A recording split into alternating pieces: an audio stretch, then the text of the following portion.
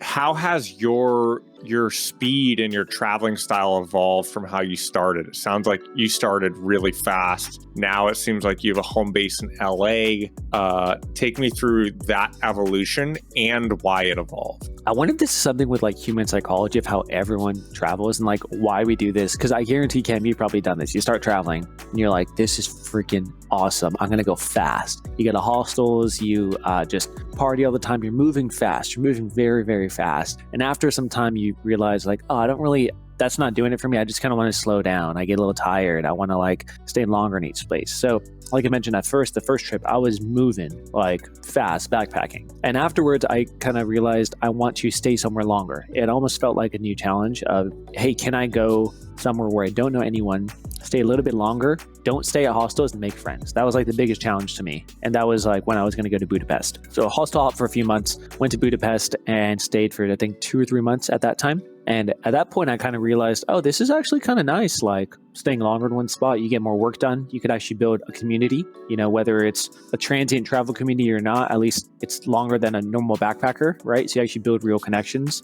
I felt like I got to know the place much better. So at that point, I started realizing, oh, I like kind of having these at least 1 to 2 month stints in places as opposed to rapid fire, which I was doing for, 6+ months. So that's when it kind of morphed that way. And then eventually kind of transitioned to, I learned about co-living places. Cam, have you ever stayed at a co-living spot? I have not. I kind of like, personally, I kind of like being in my own space. And I don't even necessarily love co-working spaces because when I'm most productive is sort of when I'm the most antisocial. Okay. Like, in some ways, like I also, you referenced hostels a bunch of times, which do seem like the easiest way to meet people. But I've generally think like if I stayed in a hostel, I think it would be so difficult for me to be productive. You can't work. Part of it's just me like absorbing other people's energy. And even in my relationship with my girlfriend, like we prefer to stay in separate rooms. Really? Yeah, which this is, I guess, a whole nother can of worms I'm opening. But I think a lot of it for me just has to do with, I think I really absorb other people's energy. And I really like being in my own energy and being able to like just think by myself. And so... Would your answer change if you were 24 years old? I started nomading when I was 25. And even then, I definitely preferred to be in more independent, more like either studio or a bedroom in a house. Yeah. So I think it's kind of just me. I don't think it's necessarily an age thing. I think it's just a personal preference, and it's how I've been operating. Yeah. I'm wondering, like, it's been a while since I was like, now I pretty much do the same as you. Airbnbs pretty much only when I travel, right? Just kind of, like having my own spot. I just want to be productive. Like my joy is working, not necessarily just going out and partying, right? So that's, things have shifted.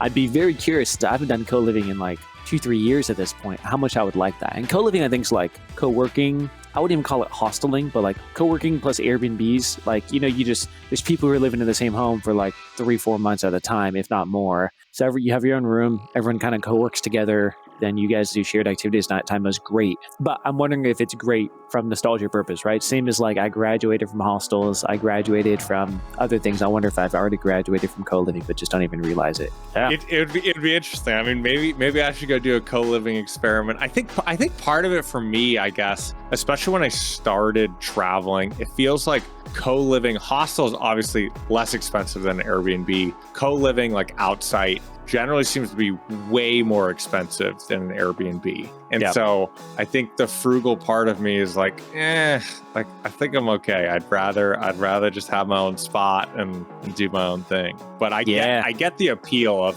it is a challenge.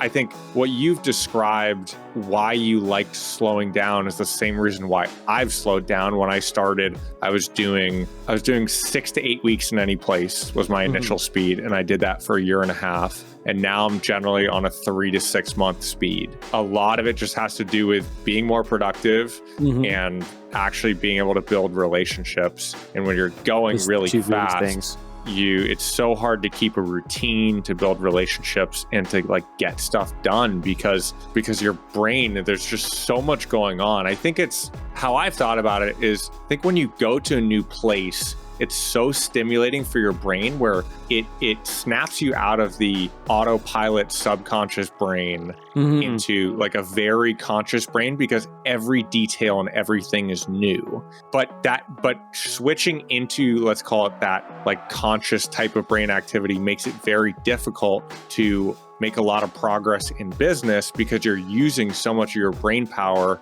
in just everyday activities. And so when you get into a place and you get into a groove for longer, then you can kind of like shut off the need for brain power for everyday basic things, and you get back to like really getting stuff done. I found it kind of takes me a week in any new spot to actually get acclimated, get that brain power out of there, get really acclimated to the place, know where the grocery store is, know like where the gym is, right? And just really get up to speed on it. So it probably takes me a week. So if you're in a spot for like 1 month and a week's gone, that's 25% of your productivity, which is gone. So, I know people who that's not an issue for. Like they could work from anywhere. My friend Skiing, he could work in a bus. Like we were on a safari in Africa and he's just working on the bus. I'm like, I don't know how you're doing this. Are you doing real work? And he was doing real work. Some people are just wired differently.